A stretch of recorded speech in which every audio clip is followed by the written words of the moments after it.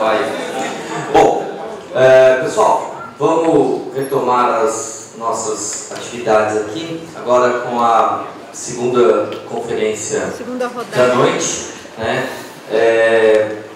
Está aqui ao meu lado a professora Maria Isabel Loureiro, né? A professora Maria Isabel Loureiro, eu brinquei com ela, vou descrever o lápis dela. O lápis dela tem 10 páginas em letra 1, né? Então, fica a noite inteira descrevendo. A professora Isabel Loureiro foi formada em filosofia, doutora de filosofia, durante muitos anos foi professora de filosofia da Unesp de Assis. Não, de Marília.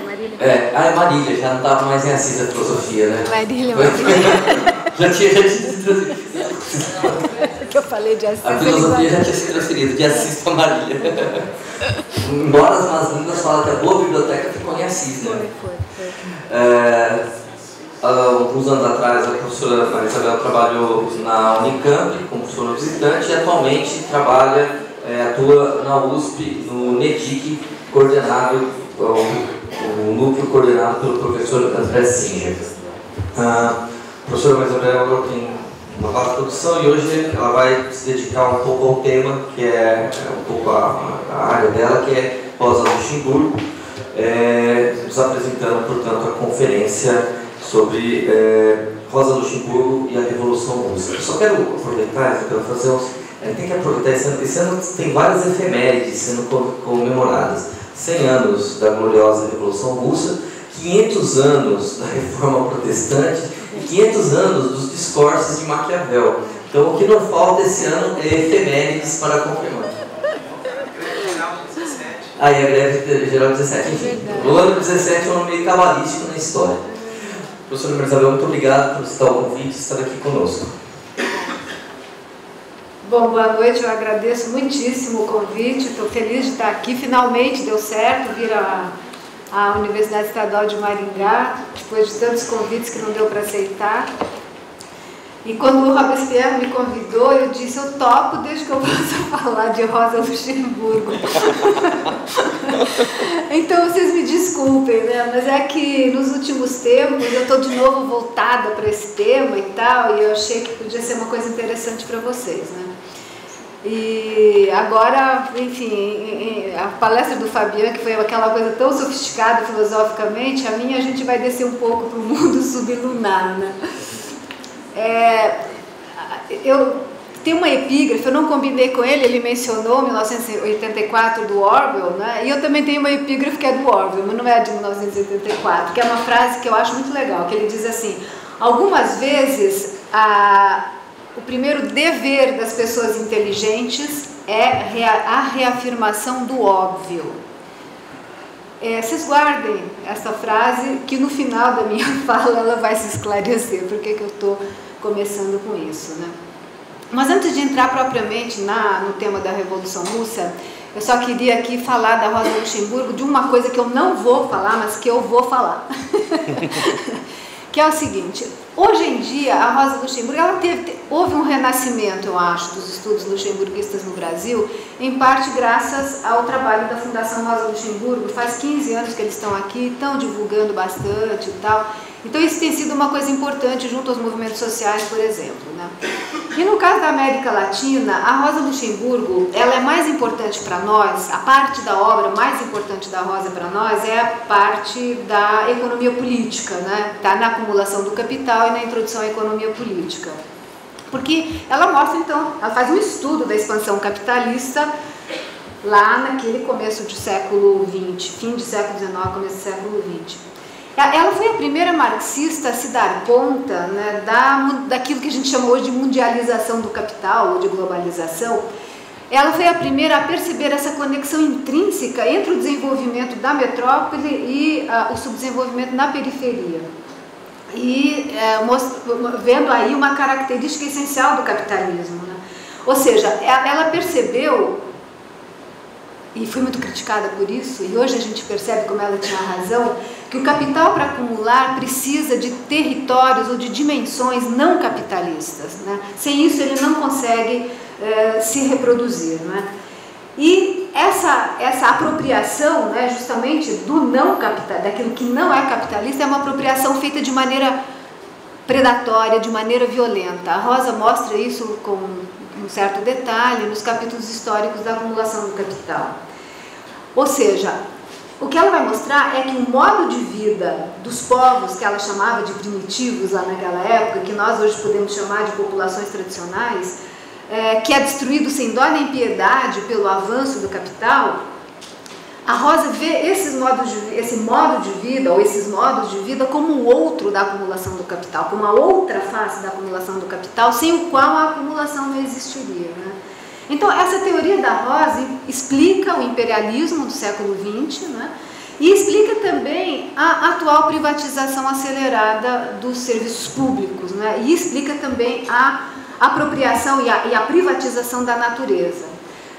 Eu não vou poder entrar em detalhes aqui a respeito disso, mas só para lembrar que a Rosa foi atualizada recentemente pelo David Harvey. Recentemente, não é tão recentemente assim, mas enfim, como esse lado, ele percebeu de fato essa novidade, né, que a Rosa já tinha lá há tanto tempo, né? E, além disso, a teoria da acumulação da Rosa fornece também uma boa explicação para o trabalho doméstico não pago das mulheres, também como fonte de acumulação do capital. As feministas alemãs se inspiraram na Rosa, né, as feministas dos anos 70, para desenvolver essa ideia. Ou seja, em suma, a Rosa mostra nos seus estudos de economia política o capitalismo como um câncer que cresce sem parar e que, para sobreviver, precisa extrair valor de todas as dimensões da vida, sobretudo do trabalho e da natureza, né? E essa mundialização do capital que ela mostra no começo do século XX, ela mostra isso em conexão com o militarismo e a guerra, né? Aquilo que a gente chama hoje de complexo militar industrial, ela está mostrando isso lá no começo do século XX, com uma outra linguagem, evidentemente, ou seja, são todas questões de uma atualidade candente. Então eu estou aqui fazendo o meu reclame da Rosa Luxemburgo para vocês lerem A Acumulação do Capital e Introdução à Economia Política. Mas eu vou falar de outra coisa, vou falar de questões políticas aqui, porque justamente é um simpósio de filosofia e crise política. Então o que eu vou falar aqui é, forçando um pouco a nota, né, da filosofia política da Rosa Luxemburgo. Ela não tem propriamente uma filosofia política, ela não tem propriamente uma teoria política, ela escreve sempre na polêmica, ela é uma política, né? Ela escreve sempre na polêmica, mas enfim, só para a gente puxar a brasa para a nossa sardinha da filosofia, né? E eu vou fazer isso a partir de um texto famoso intitulado A Revolução Russa. Mas antes de entrar nesse tema, eu só vou fazer uma pequena biografia política da Rosa para quem não conhece, só para se situar um pouco, né, de quem era, afinal das contas, essa figura. E a primeira coisa que eu queria dizer é que a Rosa militou durante 20 anos em 2 partidos. Ela militou na social-democracia do Reino da Polônia, que depois chamou social-democracia do Reino da Polônia e Lituânia. Ou seja, e esse partido, que era um pequeno partido que cresceu durante a Revolução Russa de 1905, esse partido fez parte do Partido Operário Social Democrata Russo, ou seja, o partido que tinha os bolcheviques, os mencheviques, fez parte era uma fração ou uma facção desse partido de 1906 a 1912, ou seja, a Rosa conhecia muito bem os seus camaradas russos nas suas várias tendências, e ela também foi militante, como todo mundo que a conhece sabe, do Partido Social Democrata Alemão. Ela polemizou a vida inteira com Lenin em relação a 2 tópicos, ao tema da organização política e a questão das nacionalidades. A autodeterminação das nações era um velho cavalo de batalha entre os dois, né? Mas também tinham posições próximas em relação à guerra, em relação àquilo que eles chamavam na época de traição da social-democracia em 1914, que a gente pode chamar hoje de adaptação da social-democracia ao capitalismo, etc. Ela participou ativamente da primeira Revolução Russa, de 1905. Ela foi a única mulher professora na escola de quadros do Partido Social Democrata Alemão. Ela ensinava economia política.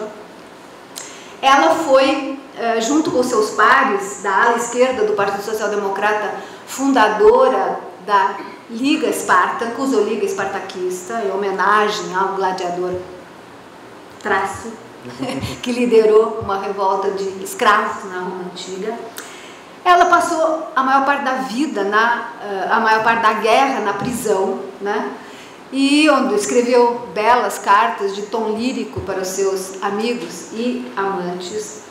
Saiu da prisão em novembro de 1918, foi uma das cofundadoras do Partido Comunista Alemão, e em fins de dezembro de 1918, isso foi em fins de dezembro de 1918, e ela foi uma das líderes, então, daquilo que ficou conhecido na história como Revolução de Novembro na Alemanha, ou Revolução Alemã, se a gente quiser.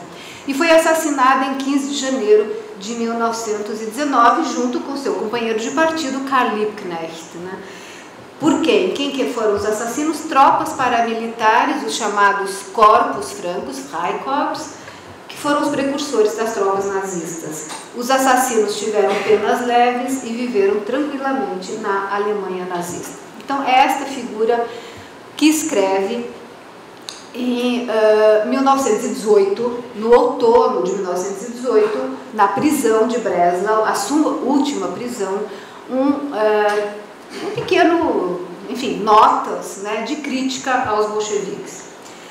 Mas como justamente se trata de um simpósio de filosofia, eu vou abordar esse tema em conexão com um filósofo que critica a Rosa, que critica justamente essas notas da Rosa, que é o Lukács, né, História e Consciência de Classe, que tem dois ensaios sobre a Rosa. Um primeiro ensaio, Rosa Luxemburgo marxista, em que ele é luxemburguista e ele então considera a Rosa uma grande pensadora dialética, a melhor discípula de Marx, aquela que melhor desenvolveu a teoria de Marx na acumulação do capital.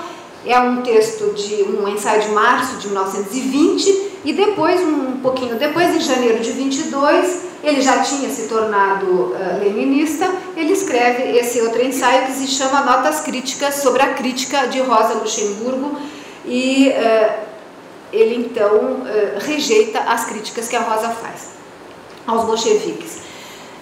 Um pouco, só para situar essa polêmica, é o seguinte, então, como eu disse, ela escreve essas notas na prisão para convencer o seu amigo, que tinha sido namorado durante 6 meses, o Paul Levy, né, que depois do assassinato dela e do Karl Liebknecht, ele é o dirigente, se torna o dirigente do Partido Comunista Alemão.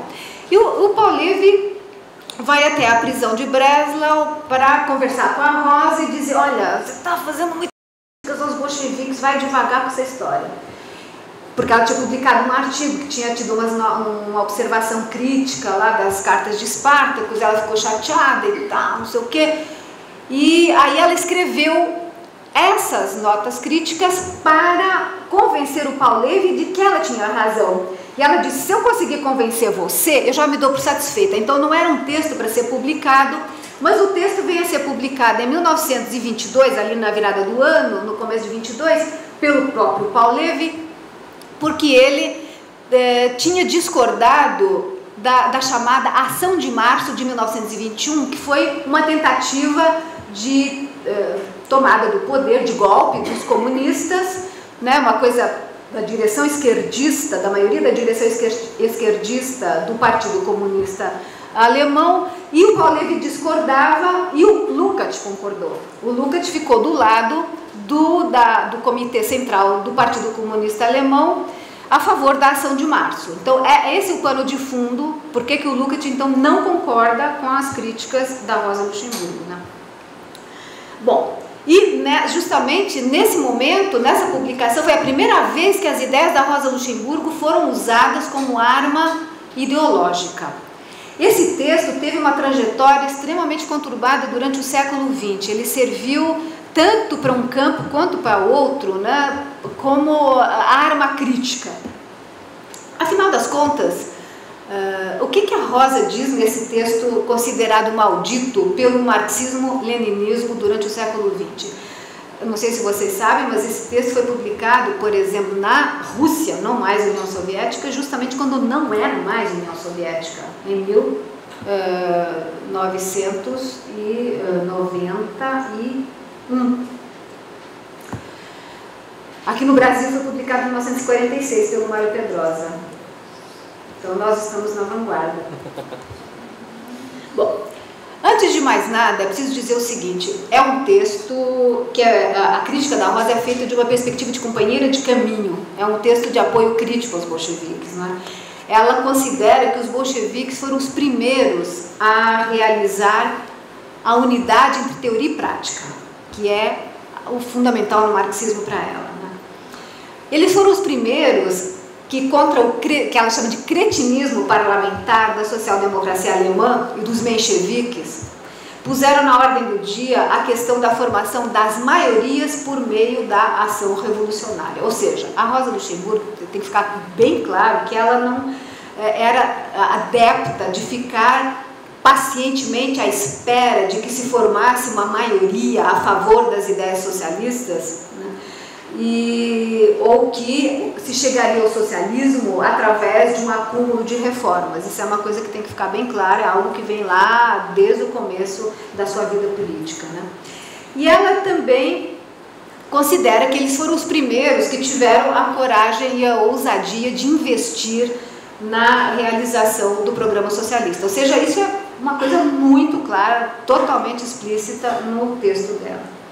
Mas isso posto, ela considera que os bolcheviques, isolados do resto do mundo, eles apenas podiam realizar o que ela chama de rudimentos caricaturais e impotentes da democracia e do socialismo. E ela considera que para a formação política da massa trabalhadora, das classes subalternas, das massas trabalhadoras, enfim, ela não tem uma terminologia precisa, ela é totalmente diferente do Fabiano, né? Ela não tem, ela usa massas trabalhadoras, proletariado, operariado, é tudo mais ou menos com o mesmo sentido, né? Ela não é uma socióloga, evidentemente. Bom, então ela considera que para a formação política das massas trabalhadoras é necessário que uma análise crítica da Revolução Russa. Só assim os trabalhadores podem adquirir maturidade política e autonomia intelectual, que ela considera uma coisa fundamental. Ela considera que não se trata de acreditar cegamente numa autoridade imaculada e que não se trata de fabricar um entusiasmo revolucionário acrítico, nada disso. Tem que analisar criticamente a Revolução Russa.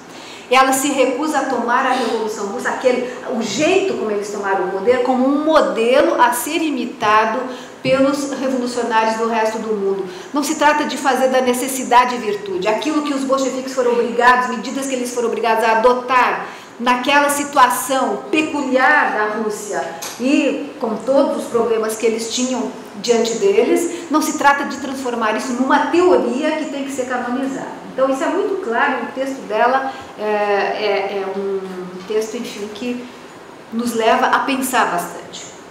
Bom, eu não vou falar aqui todas as críticas que ela faz, ela tem 3, basicamente: questão agrária, autodeterminação das nações, que ela não concorda, a gente depois pode discutir se vocês tiverem interesse, mas a questão central é a última das críticas, que é quando aquela que diz respeito à oposição entre democracia e ditadura. A Rosa é contra a dissolução da Assembleia Constituinte. Só para lembrar o que estava em jogo aqui, é o seguinte: a Assembleia Constituinte fazia parte do programa dos bolcheviques, a eleição de uma Assembleia Constituinte. Essa Assembleia foi eleita na segunda quinzena de novembro de 1917 e se reuniu no 18 de janeiro de 1918. Os bolcheviques tiveram minoria na eleição da Constituinte, mas eles tiveram maioria nos soviets, nos conselhos, nos soviets de Petrogrado e Moscou, que tinham sido eleitos em setembro de 1917. Então, do ponto de vista dos soviets, os bolcheviques tinham legitimidade para dissolver a Constituinte, para eliminar um órgão da democracia representativa. Então, esse é o pano de fundo. A Rosa Luxemburgo não concorda com a dissolução da Constituinte e ela avança 3 argumentos. O primeiro é o seguinte: ela diz, bom, vocês estão dizendo que essa Constituinte aí não corresponde mais à correlação de forças, então tá bom, se não corresponde mais, porque a Revolução foi se radicalizando, né? Ela diz então que se elegesse uma nova Constituinte. Segundo argumento, ela critica a substituição do parlamento, né, no caso, né, uma Assembleia Constituinte, um parlamento pelos soviets, ou seja, um órgão de democracia representativa substituído por um órgão de democracia direta. Por quê? Ela argumenta que com a total desorganização econômica do país, dar o direito de voto só para quem trabalha não é alguma coisa que vai beneficiar apenas, não vai beneficiar quem os bolcheviques pretendem beneficiar, que seriam os trabalhadores, porque não são só os trabalhadores estão desempregados, a classe média está desempregada, ou seja, os bolcheviques queriam tirar o poder político da burguesia, da nobreza, etc. Mas com isso eles estão tirando, segundo o argumento da Rosa, também dos trabalhadores, porque não há trabalho. Bom. E, finalmente, ela discorda da supressão das liberdades democráticas para os adversários do governo, ou seja, para os adversários dos bolcheviques, que eram os mencheviques e os SR, os socialistas revolucionários. E é justamente nesse momento do texto que vem aquela famosa frase que virou o slogan: liberdade é sempre a liberdade de quem pensa de modo diferente. A divergência central entre a Rosa e os bolcheviques, então, está nesse ponto, né? A relação entre democracia e ditadura. Por quê? Porque para a Rosa, ela defende a ditadura, a famosa ditadura do proletariado. Eu sempre gosto de dizer que eu detesto essa expressão ditadura do proletariado e que eu acho que, enfim, a esquerda, acho que já abandonou, inclusive, né? Mas, enfim, sempre tem gente que acha que tem que ficar falando, porque imagina, no caso da América Latina, que a gente passou pelas ditaduras que passou, e mesmo em outros lugares do mundo, falar em ditadura do proletariado, não acho que seja uma coisa que acrescente, né, para quem vai fazer formação de esquerda. Mas o problema é que a palavra, digamos, pejorativa naquele momento era tirania, não era ditadura, né? Tem isso também, né? Mas enfim, então, a Rosa usa a expressão que vem do Marx, ditadura do proletariado. Só que para ela, ditadura do proletariado é a ditadura da classe. Para os bolcheviques era a ditadura do partido. Então, a Rosa, nesse texto, foi premonitória em relação ao stalinismo, por isso o texto dela ficou tão polêmico no decorrer do século XX. Então, isso daqui é mais um resumo meio selvagem da última parte do texto, para a gente então agora ver o que o Lukács vai dizer. É interessante a análise que ele faz no segundo ensaio dele, né? Ele faz uma análise filosófica do texto da Rosa, né? Isto é, o que ele faz? Ele desentranha o núcleo filosófico das ideias políticas da Rosa, daquilo que tem de conjuntural, ou seja, o que tem de conjuntural deixa de lado, vamos ver o que é o essencial no pensamento dela. E segundo Lukács, se a Rosa faz todas essas críticas aos bolcheviques, inclusive se ela se opõe ao terror vermelho, e ela se opõe, é porque ela, aspas, superestima o caráter orgânico do desenvolvimento histórico. Fecha aspas. É porque ela tem uma, aspas, concepção geral organicista, fecha aspas. Então, como uma concepção organicista da história ela teria, que levaria a Rosa a pensar a Revolução Proletária segundo as formas estruturais das revoluções burguesas. Ou seja, haveria uma transição lenta, gradual e segura, né? Ou seja, orgânica, do feudalismo ao capitalismo. O amadurecimento seria no interior da sociedade. O capitalismo amadureceu no interior da sociedade feudal. Então, o Lukács está dizendo que a Rosa vê a passagem do capitalismo ao socialismo da mesma forma. Então, essa concepção organicista, no sentido de que implicaria um amadurecimento natural a partir das forças internas da sociedade, isso é o que levaria, então, a Rosa a rejeitar a substituição da democracia parlamentar pela conselhista e, de modo geral, a acreditar que a história, quando apresenta os problemas, apresenta ao mesmo tempo a sua solução. O Lukács, em contrapartida, vê como a Revolução Proletária como um processo completamente novo, né, que não pode ser comparado à transição do feudalismo ao capitalismo e que, por isso, não pode se fundar na espontaneidade das massas. Para ele, para o Lukács, esse processo inteiramente novo exige, então, formas inteiramente novas de organização e de poder. Ou seja, quais são as novas formas, qual é a nova forma de organização? O partido vanguarda, o modelo de partido leninista, e os soviets. É uma nova forma de poder. E ele diz que quem se opõe a esta visão leva a água para o moinho da contra-revolução. E neste ponto, então, se igualam Kornilov, que era o chefe golpista do exército, que tenta dar um golpe contra o governo provisório do Kerensky, e Kronstadt, a revolta dos marinheiros de Kronstadt. Kronstadt, como você sabe, os marinheiros de Kronstadt apoiaram os bolcheviques e no começo da Revolução, e eles se revoltam em fevereiro, março de 1921, em nome da liberdade, contra o poder bolchevique. Orgulho e glória da Revolução, como disse o Trotsky. Agora, quando eles se revoltaram, eles foram massacrados no sangue. Tem gente que diz que a Revolução Russa acabou com a Kronstadt. Então, o que diz o Lukács? Há uma linha reta que leva de Kornilov a Kronstadt, o que é uma injustiça absurda. Bom, a favor do Lukács, a gente pode dizer o seguinte: ele não conhecia a versão integral desse texto da Rosa Luxemburgo. A versão publicada pelo Paul Levy é uma versão fragmentária. A versão integral só veio a ser publicada em 1928 pelo Felix Weil na revista do Karl Grünberg, né, Os Arquivos para a História do Socialismo e do Movimento Operário. E justamente nessa versão, que é a versão que hoje nós temos e tal, é uma coisa muito clara que a Rosa não é contra os soviets, ela é a favor de parlamento mais soviets, ou seja, é como se ela estivesse defendendo uma democracia mista, né? Uma espécie de democracia que misturaria, que seria ao mesmo tempo representativa e direta, que eu acho que é uma questão para ser debatida, né? Uma questão bem interessante, bem importante. A Rosa muda na Revolução Alemã, ela muda de ideia a respeito disso, ela começa a defender só os conselhos. Então tem também um monte de briga em cima disso, porque que ela mudou, porque que ela não mudou e tal.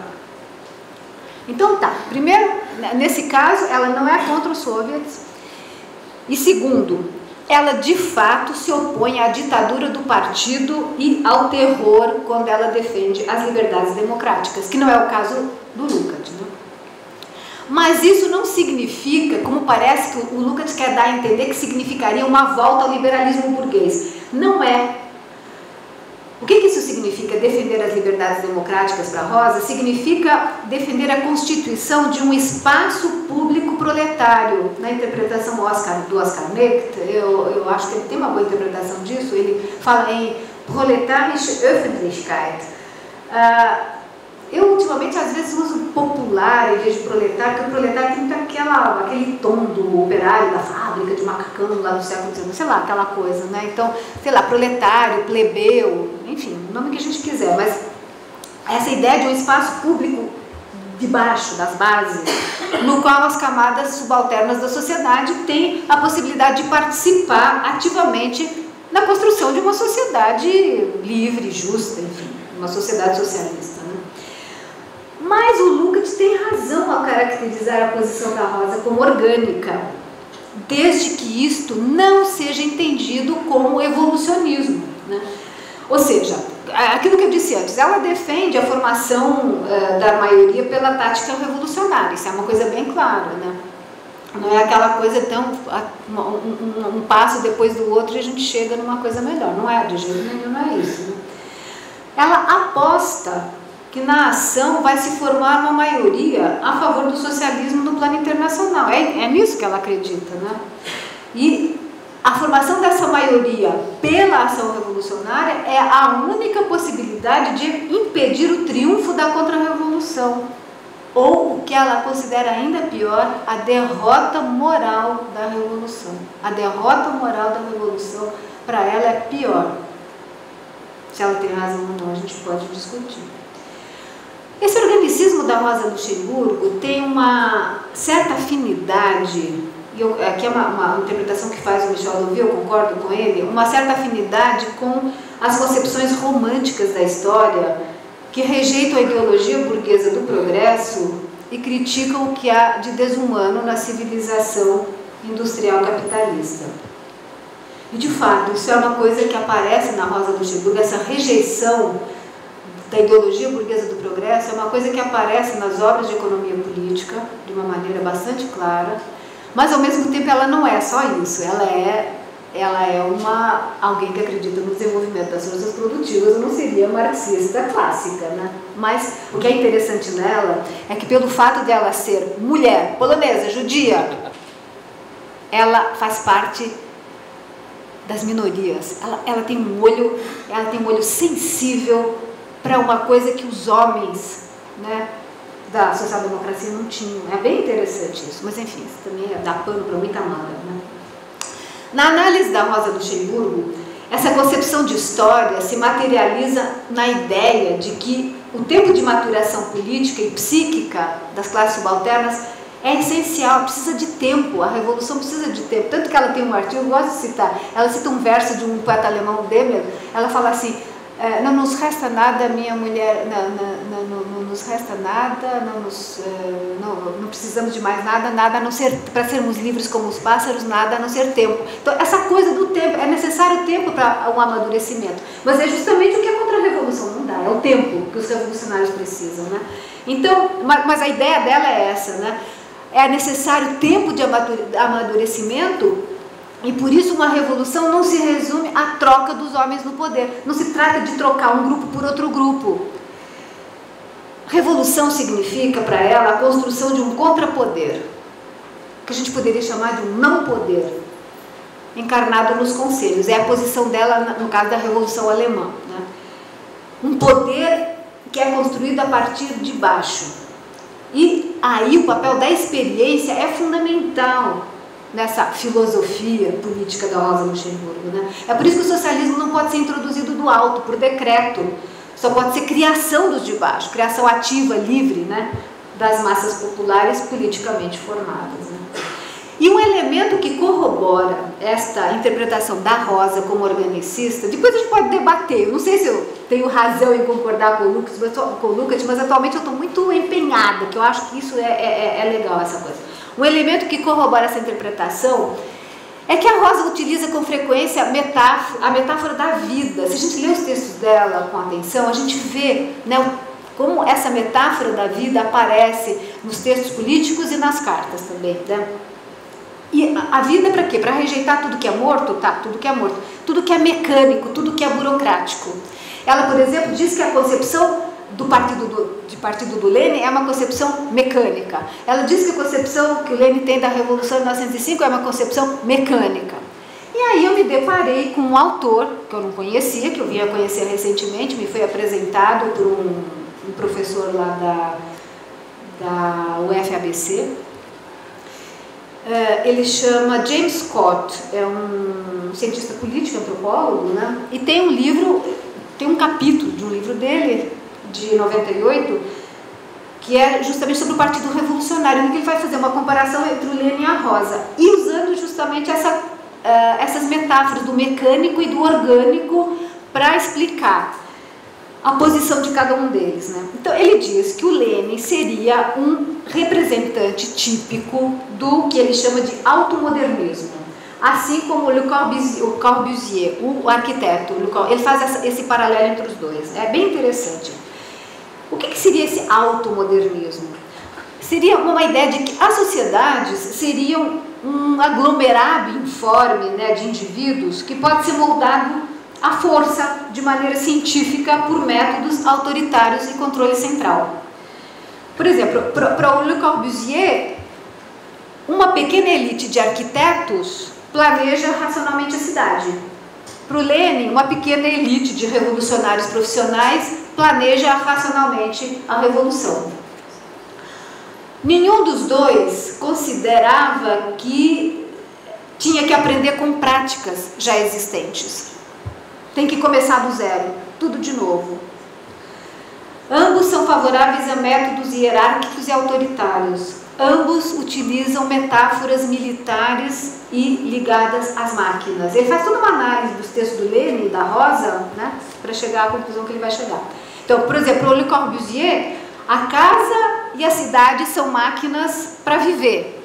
Para Lênin, o Partido Vanguarda é uma máquina para produzir a revolução. Ambos apelavam para formas centralizadas de coordenação burocrática, como, por exemplo, a fábrica. O exemplo da fábrica, o Lênin dá bastante o exemplo da fábrica. Ele vê a fábrica como um exemplo de racionalidade. Já a Rosa usa outro tipo de metáfora, usa metáforas como crescimento, desenvolvimento, experiência, como eu falei, aprendizado, quer dizer, metáforas ligadas a processos complexos, a processos orgânicos, né? Os quais não podiam ser arbitrariamente construídos, não podiam ser construídos a partir do zero sem ameaçar a vitalidade do organismo, né? Então, por exemplo, a Rosa, quando ela critica a concepção de partido do Lênin, um dos pontos em que ela se opõe, ela diz a disciplina, porque o Lênin tem como modelo de disciplina para os proletários a caserna, o exército e a fábrica. E a Rosa diz, putz, nossa, isso daí é a concepção do guarda noturno, né, que quer controlar tudo e tal, né? E a Rosa acha que isso vai levar à perda da criatividade e da iniciativa dos de baixo, né? Então, é interessante, enquanto Lênin adota a postura do professor que quer controlar a bagunça dos alunos e pôr os alunos na linha, é assim que ele vê os de baixo, né, a massa, a Rosa vê a bagunça como um sinal positivo, temendo que o controle acabe com a criatividade dos alunos. O Lênin pensa que os alunos podem levar um professor fraco no caminho da contra-revolução. A Rosa espera que o professor aprenda com os alunos. Sei lá, se a gente fizer um paralelo com o Rousseau, por exemplo. O Rousseau que dizia que era preciso forçar os homens a serem livres, né? Esse seria o Lênin. A Rosa diria que é preciso convencê-los a serem livres, né? Então, o James Scott diz o seguinte, que essa analogia que a Rosa faz com os processos orgânicos transmite uma ideia de que eles são processos autônomos, tudo bem, mas ao mesmo tempo são processos vulneráveis. Então tem uma ideia de autonomia e de vulnerabilidade. Bom, e só uma citaçãozinha do James Scott que eu acho que resume bem essa ideia dele. Eu estou quase acabando.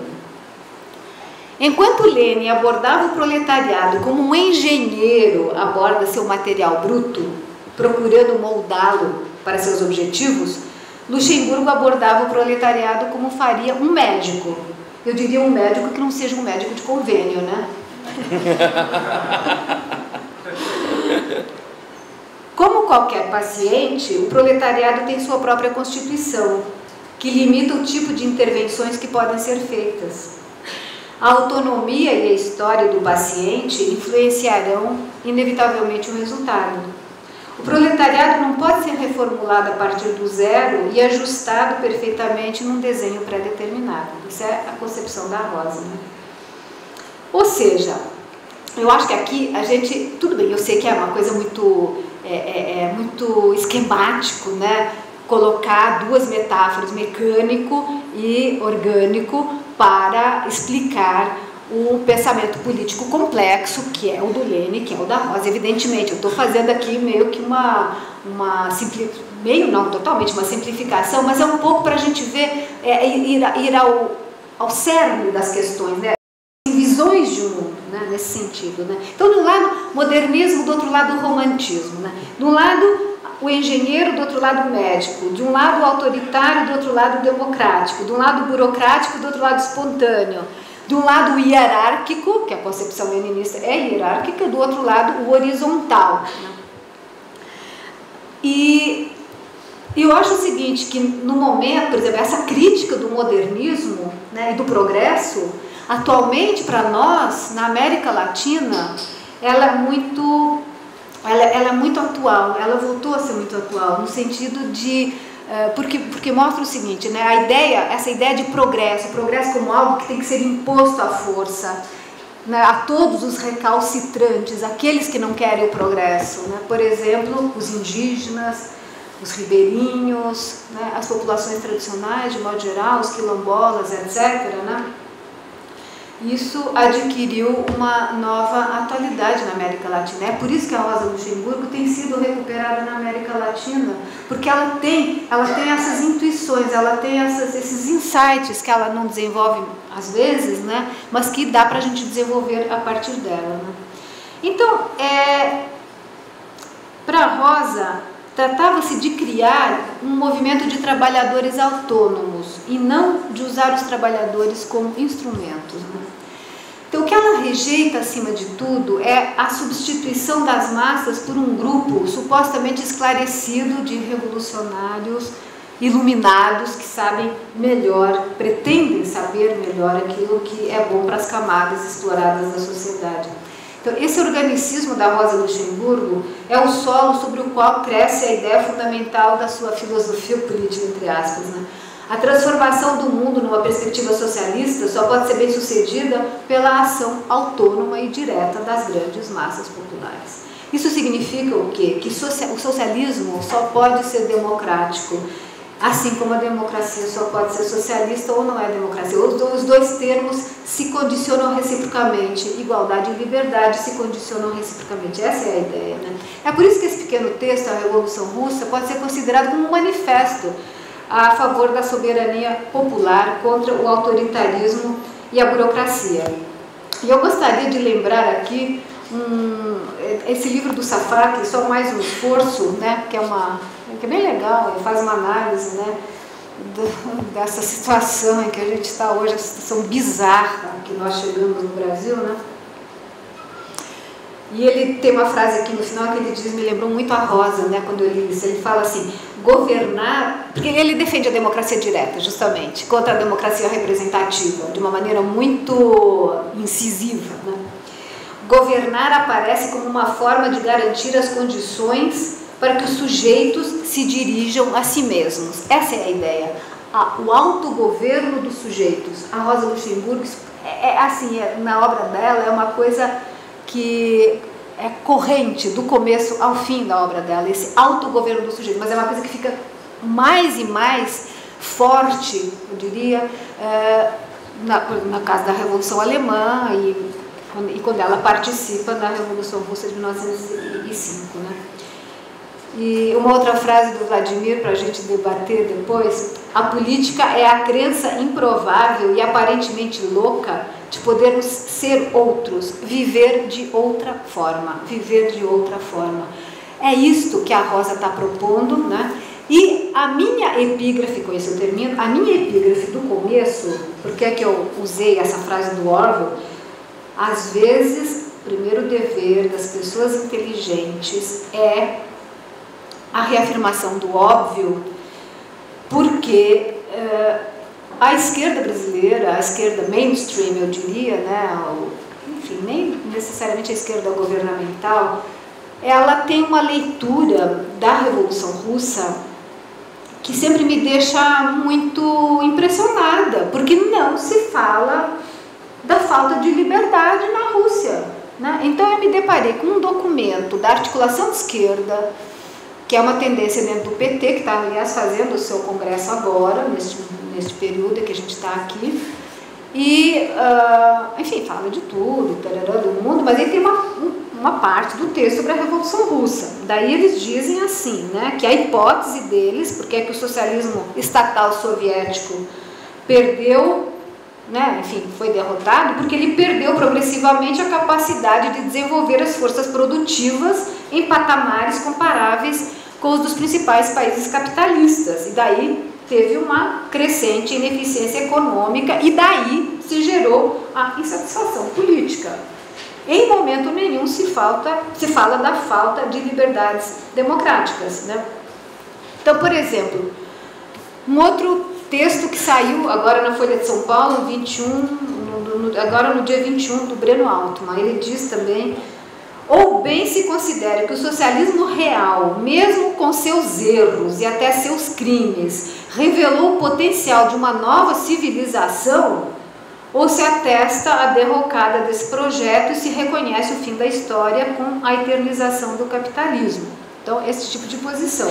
O socialismo real, com seus erros e crimes, revelou o potencial de uma nova civilização. Então, não dá. Então, você tem que reafirmar sempre a mesma coisa, e a Rosa Luxemburgo, nesse sentido, tem a posição da Rosa é a posição do Dardot e do Laval, que escreveram um pequeno artigo lá no site da Boitempo, em que eles dizem o seguinte, né, que a ditadura burocrática criminosa da Rússia stalinista e pós-stalinista comprometeu a própria ideia do socialismo a ponto de erradicar a esperança no futuro socialista. É com isso que a esquerda também tem que lidar, né? tem que dar uma resposta. O que foi essa experiência? Né? Retirou da humanidade qualquer outra alternativa. Por isso o capitalismo também ganhou dessa maneira mais predatória e asquerosa, como eles dizem aqui. Né? Então, qual é a posição deles? Se houve efetivamente revolução, ela foi obra não do Partido Bolchevique, mas do movimento espontâneo dos soviets. E o que aconteceu foi como é que eu poderia dizer? O roubo, é uma palavra meio forte. A apropriação, né, da democracia, né, de base pelo Partido Bolchevique. Né? Então eles dizem, o título é o seguinte: há uma contradição irredutível entre comunismo de partido e revolução. Ou seja, aquilo que existia era um autogoverno democrático nos soviets, nos conselhos, né? Isso foi totalmente abolido com o domínio de um partido que foi o Partido Bolchevique. Tudo bem, a gente pode dizer não, porque teve a guerra civil, porque teve isso, que teve aquilo, não sei o quê, mas por isso que eu acho importante a nossa amiga Rosa Luxemburgo, porque ela está dizendo isso no momento, ela não está dizendo isso 100 anos depois, está dizendo isso naquele momento. E por que ela pode dizer naquele momento? Porque ela conhecia muito bem os seus companheiros russos, que ela apreciava bastante, né? Mas ela tem uma sensibilidade, tem alguma coisa ali que ela diz: se vocês acabam com as liberdades democráticas, vocês vão acabar com a própria vida política dos soviets. Vai sobrar apenas o poder de uma camarilha que vai dominar tudo. Ela estava dizendo isso na prisão, no outono de 1918. Então, eu dou muita importância para o que ela diz, justamente por isso, porque é alguma coisa dita no calor da hora. Então, algo havia ali nas concepções deles, por isso que eu resolvi fazer esse passeio aqui pelo orgânico e pelo mecânico. Então é isso, vamos debater. Obrigada.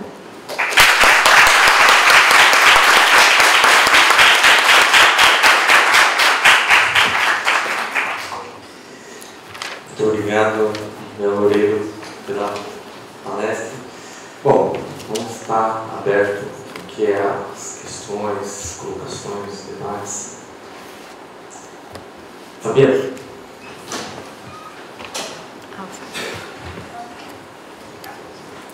Muito obrigado pela apresentação. Não sou pergunta para não falar sobre a lógica. Não é questão histórica. Se você compara, por exemplo, o processo de revolução na França e na Rússia, a grande oportunidade para os regionais foi que a classe nobreza foi muito fraca na França e a classe nobreza foi muito fraca na Rússia também. Mas na Alemanha, a classe burguesa foi muito forte. A grande diferença é a razão da infortúnia, do enfraquecer da Revolução Alemã. A partir dessa situação, a estratégia é muito fraca, muito difícil para o processo revolucionário. Como Rosa Luxemburgo pensei exatamente a estratégia para pegar o poder? Por exemplo, na França, foi claro que para os jacobinos, por exemplo, foi necessário manter um poder, uma ditadura, para fazer a guerra civil contra os vendamos, contra os caipiras do oeste da França e contra as forças estrangeiras que foram na França também. Áustria, Alemanha e inglês. É a mesma coisa na Rússia. Na Rússia tem 16 nações. 16 nações que fazem a guerra civil contra a Rússia. Foi uma muito boa razão para justificar a ditadura na Rússia. E na Alemanha, a situação foi muito difícil, muito diferente, porque não tinha uma guerra contra forças estrangeiras na Alemanha e a situação estratégica foi clara diferente entre essas três nações. Então, por que Rosa Luxemburgo mantém a sua ideia orgânica da sociedade alemã e não aceitar a ditadura do proletário, apesar da situação muito diferente entre a Alemanha, a Rússia e a França? Como explicar esse romantismo de Rosa Luxemburgo? Eu não sei se é romantismo, não sei se é romantismo uma boa palavra para descrever a sua posição, é claro que a ditadura da proletária foi ainda mais necessária na Alemanha que na França e na Rússia para conseguir. Então, por que era a seu jeito? Bom, no caso dela, tinha o programa, né, o programa do partido, que foi adotado, um texto que ela escreveu, chamado O que quer a Liga Spartacus, uma pergunta, vazia de Spartacus Bund, que foi adotado como programa do Partido Comunista da Alemanha. Né? E lá é dito, com todas as letras, que os comunistas só tomarão o poder se o programa deles for aprovado pela grande maioria da população alemã. Então, mas veja, Fabiana, são duas maneiras de encarar a transformação, a mudança social no século XX. Uma é pela tomada do poder, pela insurreição, que é o modelo bolchevique.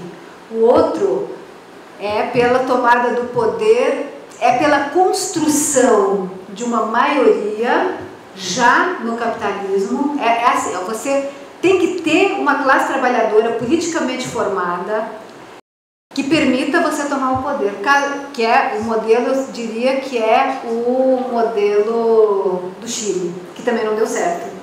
Do Chile, do Allende, que foi derrotado. Eu acho que nós não temos resposta para isso, Fabiana. Eu pelo menos não tenho, me coloco essa questão, porque sempre que o poder foi tomado através de insurreições no século XX, a gente não teve um bom resultado, não teve. Porque senão a gente cai naquilo que a Rosa fala, é a substituição de homens no poder. Ela diz, a Revolução Proletária não é a substituição de um grupo por outro, é algo feito por uma maioria politicamente formada. Agora, como é que essa maioria se forma politicamente? Se forma, obviamente, pelos métodos normais da formação, da educação, mas, sobretudo, através da revolução. Então, nos momentos revolucionários, a revolução é alguma coisa que acontece, é como um fenômeno da natureza. Isso ela reconhece, né? E ela reconhece também que a lei das revoluções é se radicalizarem, e o modelo dela é a Revolução Francesa, né? Se radicalizarem continuamente. Então ela não tem uma oposição a isso, de jeito nenhum. Agora, ela também não teve tempo de fazer uma reflexão, né? Porque ela foi assassinada imediatamente após. Eu acho que a Rosa Luxemburgo é uma revolucionária do século XIX, eu diria. O mundo dela é o mundo do século XIX. O mundo dos bolcheviques já é o mundo do século XX. Eles tiveram... É um outro período, apesar de ser tão próximo, mas é um outro período. Agora, o que eu acho é que, apesar disto, este mundo dela, do século XIX, hoje é mais atual do que o mundo dos bolcheviques. Porque a história não segue em linha reta. Não tem, sabe, uma coisa assim, o que vem depois é sempre melhor do que aquilo que veio antes. E eu acho que se a gente fala da Rosa hoje é porque nós vivemos um momento Rosa Luxemburgo no sentido de que essa ideia de que a autonomia dos de baixo é fundamental, de que o espontaneísmo é fundamental, embora ela não fosse uma espontaneísta tucur, não era, porque ela sempre foi uma pessoa que militou em 2 partidos a vida inteira, considerava o partido fundamental. Mas, entre o partido e as massas, ela põe o peso nas massas. As massas são mais importantes do que o partido. O partido é o resultado desse amadurecimento das massas. O partido não é uma coisa prévia, nem o partido nos sindicatos. As organizações não são algo prévio a essa efervescência, vamos dizer assim, das massas populares. É alguma coisa que é o resultado disso. Então, eu acho que é por isso que nós vivemos, não sei, por exemplo, no Occupy de Nova York, teve lá a Gayatri Spivak, que foi falar e disse assim, vivemos o momento Rosa Luxemburgo. Eu acho que tem razão. Porque tinha aquela coisa espontânea. Tudo bem, você pode dizer, mas o que deu aquele negócio? Eu acho que deu muita coisa. Eu acho que as pessoas se enganam quando elas acham que aquilo não deu nada. Ou que a ocupação das escolas em São Paulo no passado também teve lá o momento Rosa Luxemburgo. As pessoas, mas acabou, não tem mais nada. Tem sim. Fica um sedimento, é isso que a Rosa fala. Fica um sedimento de consciência, fica alguma coisa que mexeu com aquela gente que participou. Tudo bem, perto da população brasileira é pouca gente. Mas aquela gente que participou mudou a vida deles. Algo ficou ali. Entende? Então, eu acho que isso essa participação de cada um, né, nos assuntos que lhe dizem respeito, é isso que é fundamental. Só assim a gente pode ter emancipação, caso contrário não dá. A liberdade, é o que a Rosa fala, a liberdade não pode ser outorgada, a liberdade é uma liberdade conquistada. Então, nesse sentido, eu acho que ela tem uma força e uma convicção, uma atualidade, embora seja anterior aos bolcheviques, eu acho que ela é mais atual que os bolcheviques, mas aqui eu estou defendendo o meu peixe, né? Deixa eu fazer uma pergunta aqui também, para o presidente. Na verdade, minha pergunta seria ampla, mas vou tentar restringir. Como pensar Rosa Luxemburgo? Como pensar Rosa Luxemburgo no interior dos marxismos ocidentais? Mas aí, notadamente, nessa questão da liberdade versus o ideal de superação do modo de produção. Quer dizer, como enquadrar a Rosa Luxemburgo? Ela estaria um tanto quanto na contramão dos marxismos ocidentais? Eu estou pensando nos marxismos ocidentais, esses aí dos anos 50 para cá, quer dizer, como que a gente enquadraria, né, a Rosa Luxemburgo dentro dessa tradição agora, né? Quer dizer, onde que talvez a gente colocaria ela aí, ou ela estaria na contramão, né, deles? Eu acho que pelo peso da subjetividade. Porque, por exemplo, ela nunca acreditou naquela coisa lá do Plekhanov, né, de que a revolução é tão certa quanto o levantar do sol amanhã. Esse determinismo, ela não tem. Ela é uma marxista clássica, certamente, mas ela tem um grão, ela tem uma coisa um pouco diferente, né, do marxismo determinista da Segunda Internacional. É isso que eu acho interessante na Rosa. Bom, toda a minha análise foi nesse sentido, também estou defendendo aqui o meu peixe, é lógico, né? Mas é que isso me chamou a atenção na obra dela.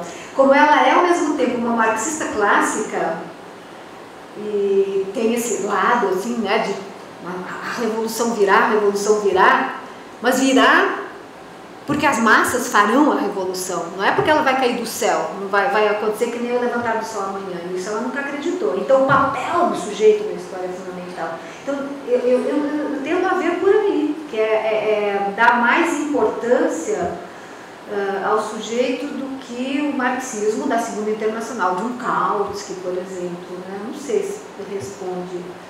E também a crítica do progresso, isso ela faz. Ela não faz de uma maneira estruturada, né? Uma coisa que um cara que nem o Marcuse vai fazer, obviamente. Ela não é Walter Benjamin, ela não é Marcuse, entendeu?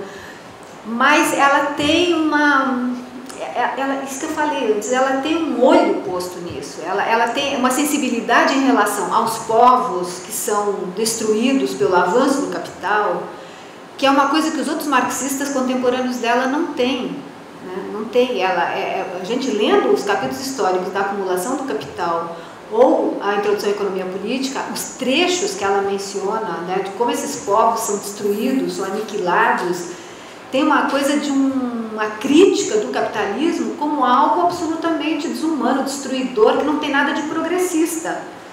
Ao mesmo tempo, foi aí que eu comecei a ver, não, mas ela tem as duas coisas. Ao mesmo tempo, ela diz, não, mas o capitalismo trabalhava para nós, porque ao desenvolver as forças produtivas, às vezes no mesmo trecho, entendeu? Ela não se dá conta dessa contradição, vamos dizer assim, mas é porque também ela também tem um lado modernista, então é isso, para usar essas metáforas do modernismo e do romantismo, ela tem os dois lados, né?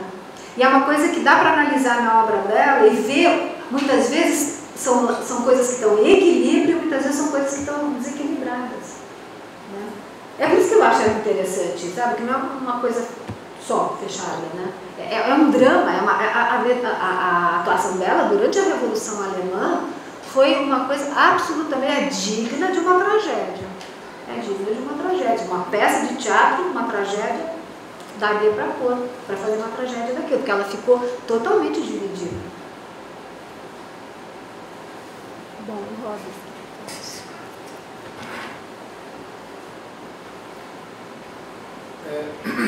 Não, em parte, eu acho que você comentou, mas é só para reforçar isso aí,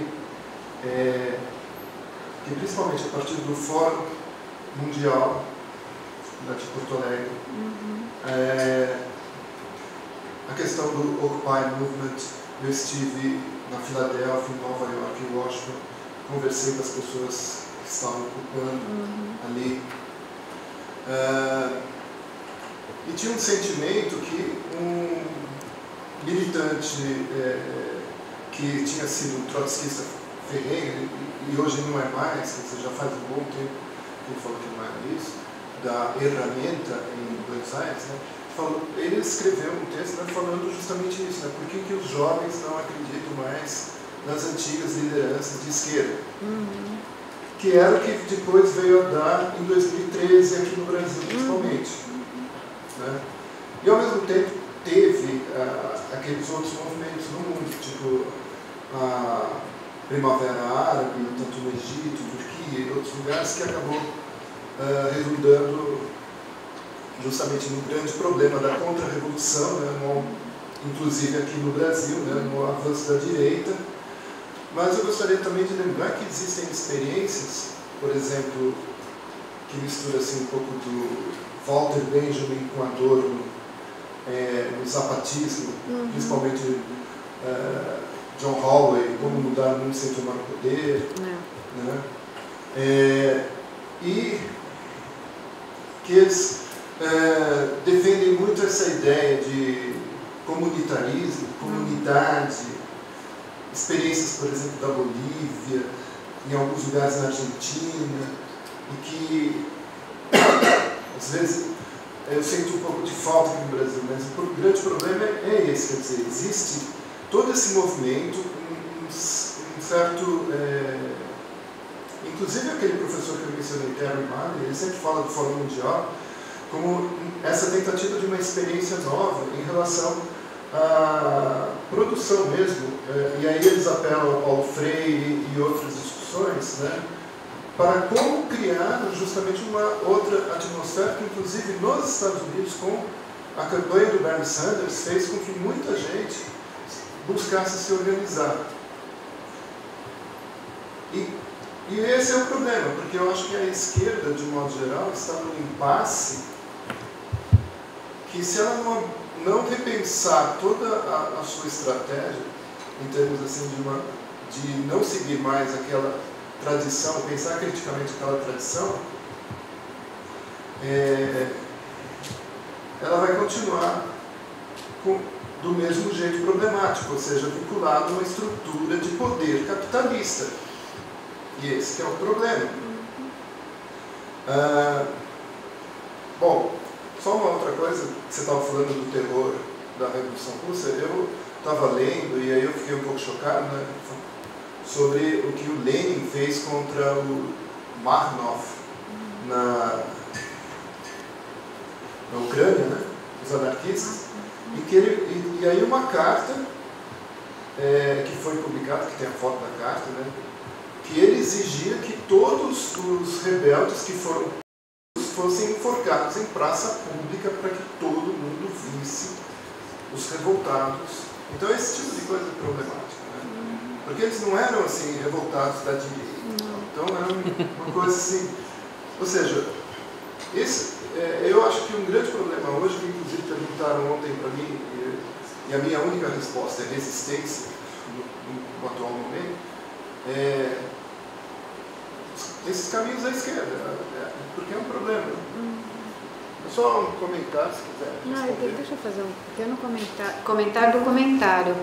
O Vladimir, por exemplo, uma das coisas que ele fala é o seguinte: ficam aí nos atormentando com essa história de frente, de esquerda, temos que participar de uma frente. Mas a gente tem que perguntar para quê? Qual é o programa dessa frente? E se o programa for para ser mais do mesmo, nós não queremos. Tem que usar a imaginação, tem que ser outra coisa. Aí o Hobbes falou. Eu só queria dizer uma coisinha aí no caso do Holloway, mudar o mundo sem tomar o poder. A Rosa se via contra, né? Ela não é anarquista, né? Felizmente ou infelizmente, né? Mas, porque ela acha que tem que tomar o poder. Agora, o que é esse... Aí que tá, por isso que eu insisti nisso. O que é essa tomada do poder? Ela diz isso explicitamente no discurso, quando da fundação do Partido Comunista Alemão, ela diz: a nossa revolução é muito mais difícil que as revoluções burguesas. Não se trata de substituir meia dúzia de homens no poder por outra meia dúzia. É explícito isso. É mais do que isso. Agora a gente pode começar a encher o saco dela e dizer: não, mas é o quê? É alguma coisa que vem da base e tal. Ela não elabora, ela não teve tempo de elaborar. Se tivesse vivido mais, provavelmente teria ido além, né? Mas, enfim, foi cortado, né? A gente pode, a partir disso... Agora, eu acho que a história, por exemplo, do Vladimir é muito incisiva em relação a essa história da democracia direta. Ele acha que é possível, justamente graças ao avanço tecnológico, uma ágora... Como é que ele fala? Ele usa o termo uma ágora pública, internáutica, ágora virtual. Uma ágora virtual. Talvez seja um pouco de ilusão da parte dele, porque a gente sabe o que é essa ágora virtual atualmente, né? Mas tem a potencialidade. Eu acho que essa é a ideia. Tem a potencialidade para isso. Eu gosto dessa ideia pra caramba. Eu acho que dá pra fazer síntese. Já que não dá pra colocar todo mundo no Congresso Nacional para debater, vamos colocar na internet, porque você resolve o problema do tempo e espaço como o senhor tinha. Exatamente. Você tem um problema de tempo, você precisa ficar discutindo tudo no mesmo dia, e espaço. Pode ter a participação de todos. Né? O movimento, seria interessante dar uma olhada no que é o movimento 5 estrelas na Itália. Que eles fazem muito disso, eles usam muito dessa democracia direta e até a gestão. Eles ampliaram muito o modo da gestão. Nesse ponto, eles são mais efetivos do que o Podemos na Espanha. Eles estão tendo uma efetividade política maior do que o Podemos. Questões? Convidando depois, Adriana. Vamos fazer juntas as questões aí? Melhor, né? Responde no bloco.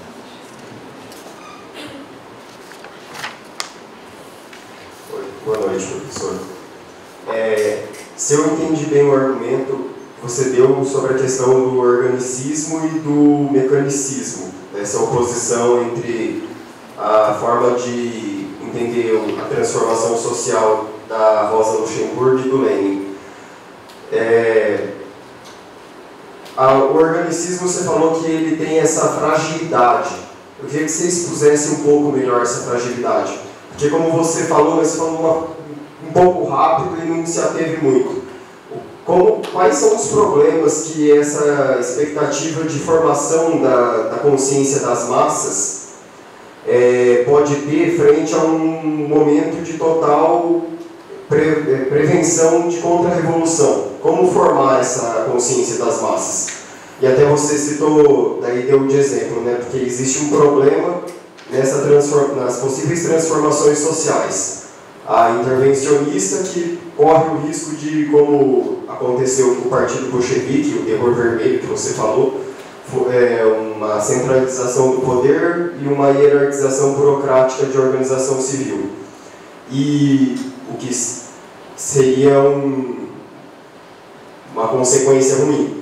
Mas daí, com relação ao exemplo organicista que você deu, foi o Salvador Allende, que também foi destruído por uma intervenção de um país imperialista estrangeiro. Como enfrentar isso? Oi, professor Diana. Eu queria fazer uma pergunta que vai um pouco sobre a organização partidária que a Rosa Luxemburgo propõe. E como que ela vê esse papel da liberdade, né? E a falta de liberdade que existia dentro dos partidos comunistas, né? Como o centralismo democrático. E como que ela estrutura melhor essa forma de organização partidária da Liga Spartacus. E também gostaria de saber da professora sobre o panorama que está passando hoje pelo Brasil, né? De total falta de liberdade e de cada vez mais é visível essa falta de liberdade, né? Como que a gente pode fazer para se organizar para frente? Isso. Enquanto a Isabela, só lembrar, ela falou do Pablo Hortelã, lembrando que ontem ele teve uma condição coercitiva para depor no caso dos 17 manifestantes que em 4 de setembro de 2016 fizeram a manifestação. Então, o senhor de manhã colocou no Facebook dele: o Pablo foi levado coercitivamente à delegacia para depor.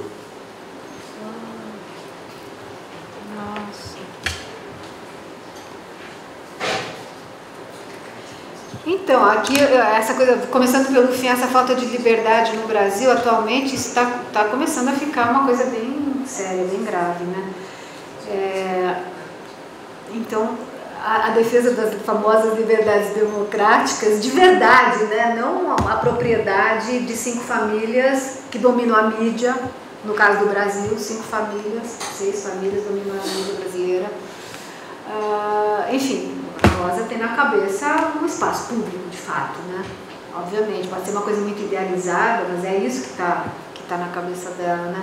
Como é que a gente lida com essa falta de liberdade? Palavra do Robbins, resistência, gente. A gente está num momento, é duro dizer isso, mais uma vez, né? Ainda mais pra gente velha, que nem eu, né? Que já vem lá da ditadura militar, né? Quer dizer, é uma dureza, sabe? Essa coisa do eterno retorno do mesmo. Até acabei de escrever um negócio esses dias com esse título, o eterno retorno do mesmo. O Brasil é isso, é o eterno retorno do mesmo, é uma dureza, né? É uma coisa que dá uma sensação de que você não sai da estaca zero. Mas é isso, tem que resistir, resistir, resistir. E aí entraria na sua pergunta, né? Como é que a gente faz... na primeira pergunta, como é que a gente enfrenta isso, né? Eu simplifiquei muito, né, quando eu falei, tem 2 modelos aqui, mas eu acho que dá um pouco conta do que aconteceu no século XX, né? No caso dos movimentos insurrecionais, né, da tomada do poder através de uma insurreição, tem a ideia, né, o Wallerstein que fala isso, eu concordo com ele: primeiro toma-se o poder, depois muda-se o mundo. Primeiro toma-se o poder e depois, quando for possível, a gente muda o mundo, ou seja, aí tem liberdade, aí tem, enfim, justiça, etc. A Rosa Luxemburgo diz que não. Ela é explícita nesse texto da Revolução Russa, as 2 coisas vêm juntas. A tomada do poder e a instituição da democracia são 2 coisas que são correlatas. Então não é primeiro tomar, não é 2 etapas, primeiro o poder, depois mudar o mundo. Tomar o poder e mudar o mundo é ao mesmo tempo. Tudo bem, vocês vão dizer, ai, mas que coisa mais ilusória, mas não sei o quê. Ela tem consciência de que é difícil essa mudança, né? Como é que isso é feito? O que ela vai dizer é o seguinte, é que o dia a dia da mudança, da instauração do socialismo, é alguma coisa que só se faz com a participação de todos. Não tem alguma ideia clara, já de antemão, pronta, né, que a gente sabe exatamente. Ela faz as medidas negativas, por exemplo, a abolição da propriedade privada, a gente tem no nosso programa, mas as milhares de medidas práticas do dia a dia tem que ter a mais ampla liberdade para inventar, para criar, para se errar, voltar atrás. Tudo bem, pode ser uma coisa ilusória que tem a contra-revolução, ok. E ela também tem consciência disso. Ela diz, eu sei perfeitamente que não se faz revolução com água de rosas. Essa é uma verdade banal, ela fala. Agora, contra isso dizer, não, então temos que cortar a cabeça dos nossos adversários, ela também é contra. Então é como se ficasse numa sinuca de bico. Mas não tem uma resposta pronta para esse tipo de coisa. Em cada situação vai se resolver, ou não se resolver. Não tem uma resposta pronta. O que é importante é que tenha uma orientação, e a orientação pela mais ampla democracia, pela base. Lutar por isso é fundamental. Caso contrário, a gente vai repetir as mesmas experiências que não deram certo. Então, como é que o Allende? Tudo bem, o Allende, né, aconteceu. Agora, vocês acham que se... Vamos pôr a imaginação a funcionar. Se tivesse sido um golpe, e com terror, e não sei o que isso teria também resolvido? Eu queria que alguém me desse um exemplo de uma revolução desse tipo que deu certo no século XX. Tem alguma?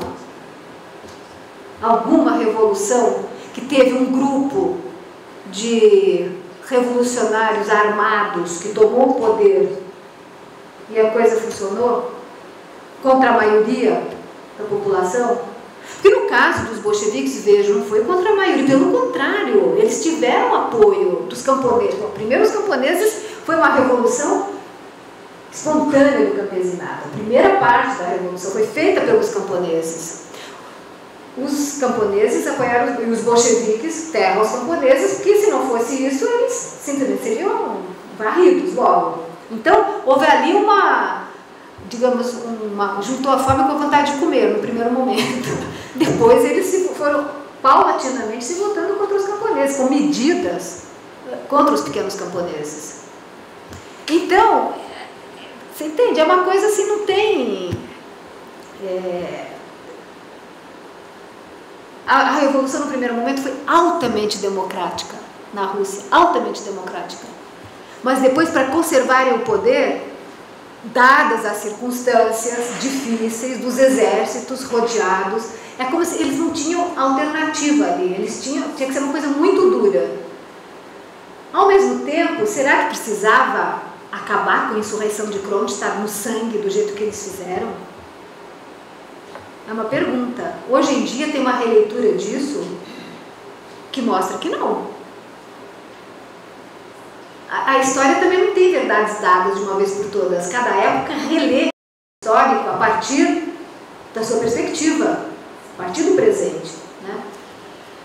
Então, como enfrentar isso? Cada momento, a gente vai ter que encontrar a nossa resposta em cada momento. Não tem essa que é a nossa angústia. E a angústia hoje no nosso país é essa, porque nós não temos bola de cristal para o ano que vem. A gente não sabe o que vai acontecer. E não somos nós aqui, os coitados aqui, sabe? Alunos e professores de filosofia. Não. A chamada elite brasileira não sabe o que vai acontecer. Não sabe. A Fiesp não sabe o que vai acontecer. Eles fizeram essa burrada, tiraram a Dilma, que era a melhor coisa que eles podiam ter feito, é deixar a mulher ficar lá. Fizeram essa burrada. E agora eles não têm o que fazer. Agora perceberam meio tarde, né? Então, como vocês veem, a política não é uma ciência. A política é uma arte. Por isso não é à toa que tem uma feminista alemã que escreveu um livro sobre a Rosa Luxemburgo chamado Rosa Luxemburgo ou a Arte da Política. E finalmente, com isso eu termino, né? Está na hora de todo mundo dormir, né? Organização do partido, centralismo democrático e tal. Então, a Rosa Luxemburgo ela é muito crítica, né, daquela visão leninista do partido, porque para ela o partido é um partido de massas. Tem que ser, para ela o partido ideal é um partido de massas. No primeiro momento a social-democracia alemã era o partido ideal. À medida que ela milita na social-democracia alemã, ela vai percebendo como é um partido que tem uma distância entre a liderança e a base, né? E aí o que ela, por exemplo, quando ela se opõe a esse controle da base pela liderança, não é só alguma coisa que ela está se referindo aos bolcheviques, ela está se referindo, sobretudo, à social-democracia alemã, que é onde ela está militando a maior parte do tempo, né? E aí ela diz que o papel da liderança é transformar as massas em líderes de si mesmas. O papel da liderança é sair de cena. Sair de cena porque as massas se tornaram líderes de si mesmas. Então ela tem essa visão, né, de que se tem que, por isso que eu li essa frase aqui do Vladimir, quando ele diz: governar aparece como uma forma de garantir as condições para que os sujeitos se dirijam a si mesmos. Ou seja, o bom governo é aquele que sai de campo, que não precisa existir. Vocês vão dizer, ai, que coisa mais anarquista. Mas quem disse que os anarquistas não disseram coisas interessantes e corretas? Não é verdade? Não sei se eu respondo. A Liga Spartacus. A Liga Spartacus, como partido... Então, a Liga Spartacus tinha aquela coisa, né? O partido polonês, né? Um grupo de iguais, né? Era um grupo de intelectuais muito pequeno e que eram amigos e se respeitavam, então tinha liberdade crítica dentro, mas digamos que o ideal para ela seria essa circulação, né, entre vanguarda, entre liderança e base. Existe uma circularidade dialética entre esses dois. A vanguarda, a liderança aprende com a base aprende com a liderança. É uma relação que não se rompe, né, entre os dois polos. Eu diria isso para sair da raia. O Jadir tem mais uma pergunta. O Oswaldo? Não, uma última pergunta rapidinha. Não, eu falei aquilo de dormir de brincadeira, né, gente? Amanhã vocês vão ver com o Paulo Arantes. Amanhã, momento fidel da filosofia. Obrigado, Isabel. Muito bom te ouvir, eu não conhecia. Né? Eu também não conheço a Rosa Luxemburgo, quase não li nada dela, assim. Mas eu nem sabia, mas eu acho que eu sou uma Rosa Luxemburgo. Descobri hoje. Apesar de que eu sei que isso tem implicações, né? Mas logo teve várias coisas aí que foram sendo... Eu comecei a viajar aí umas coisas. Essa semana eu terminei de ler um livro lá com os alunos na Disciplina de Ética 2, do McIntyre, né? No final ele termina lá surpreendentemente falando do marxismo. Eu nem sabia que ele falava, né? Aquele livro Depois da Virtude. E diz que não, o marxismo é interessante, propõe a superação, a perspectiva aristotélica das virtudes e tal, que não é o indivíduo iluminista. No entanto, quando ele chega no poder, ele se torna weberiano, mecânico, e não tem mais espaço para isso que motivou ele para chegar até ali.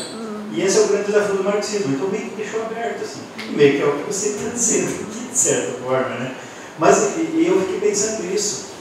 Será que basta? Nós temos os meios, por mais que nós tenhamos os meios, se nós estamos presos a essa concepção de indivíduo iluminista, porque daí vem já pronto, logo, de pronto, a ideia do que são essas liberdades democráticas.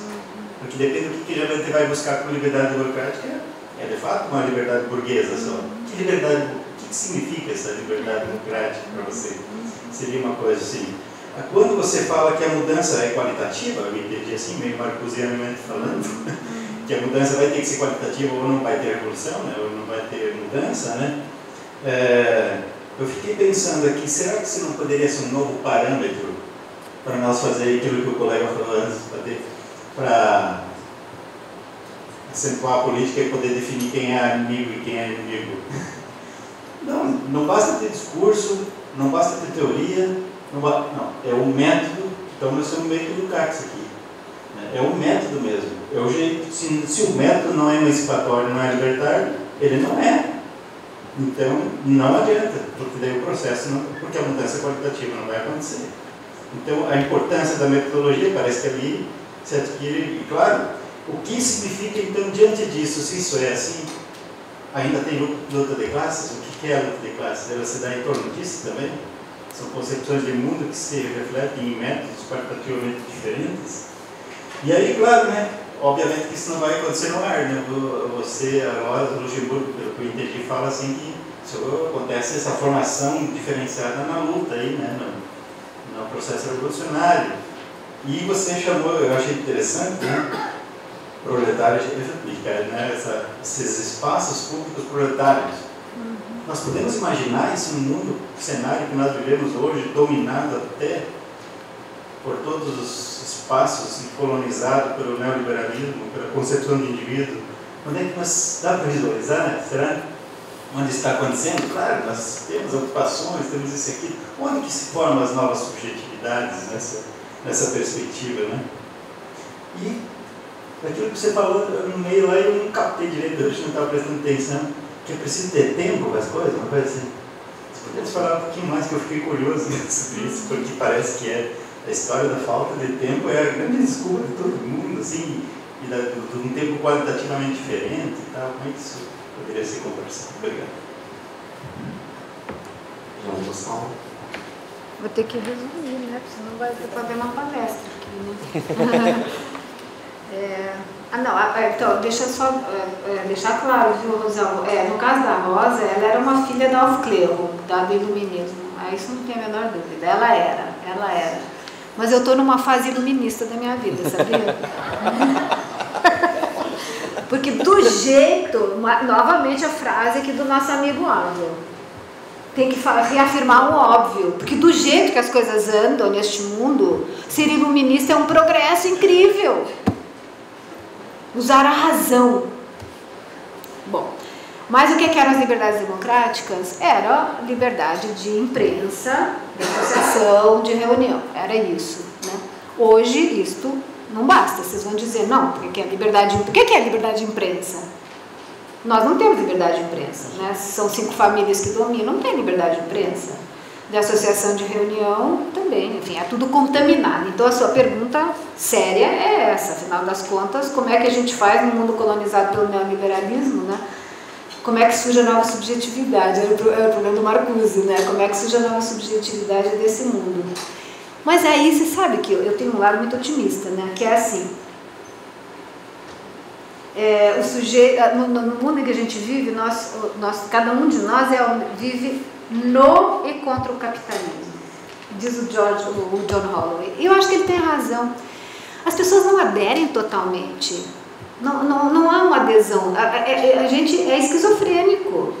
Então, tem um momento que se a coisa se dá uma liga, o nosso lado contra o capitalismo, ele entra em ação, não tem essa coisa, entendeu?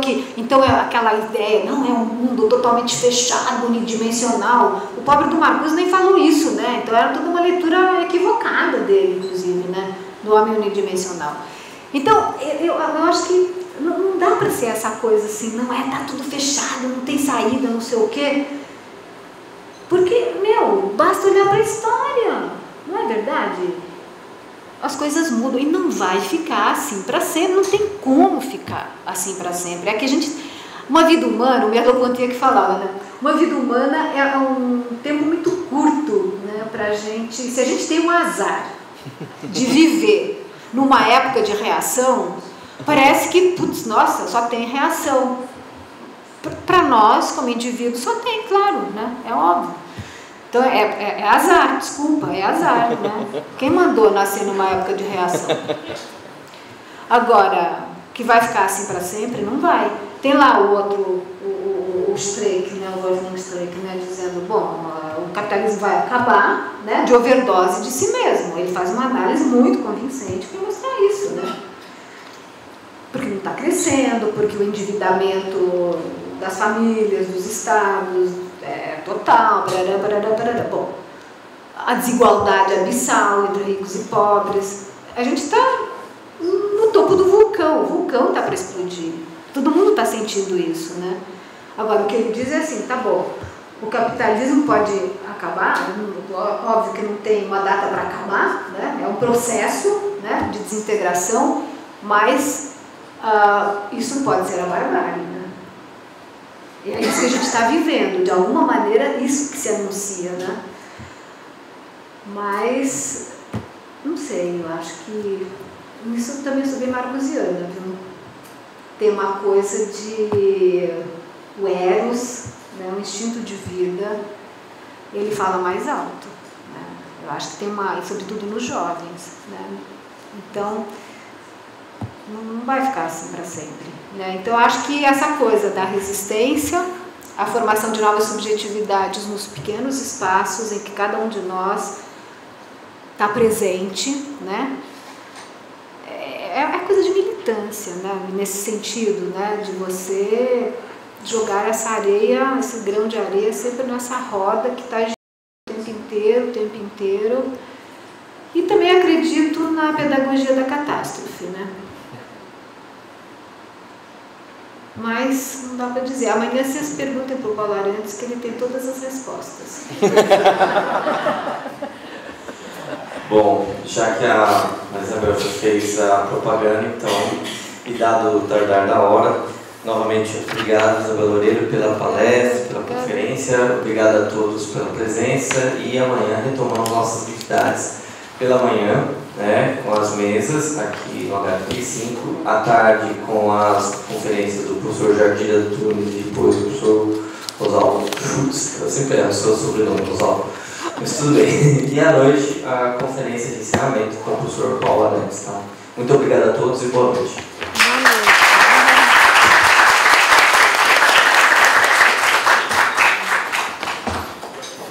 palestra boa é aquela que você sai com um monte de minhoquinhas na cabeça. Não, mas esse não é o papel, né?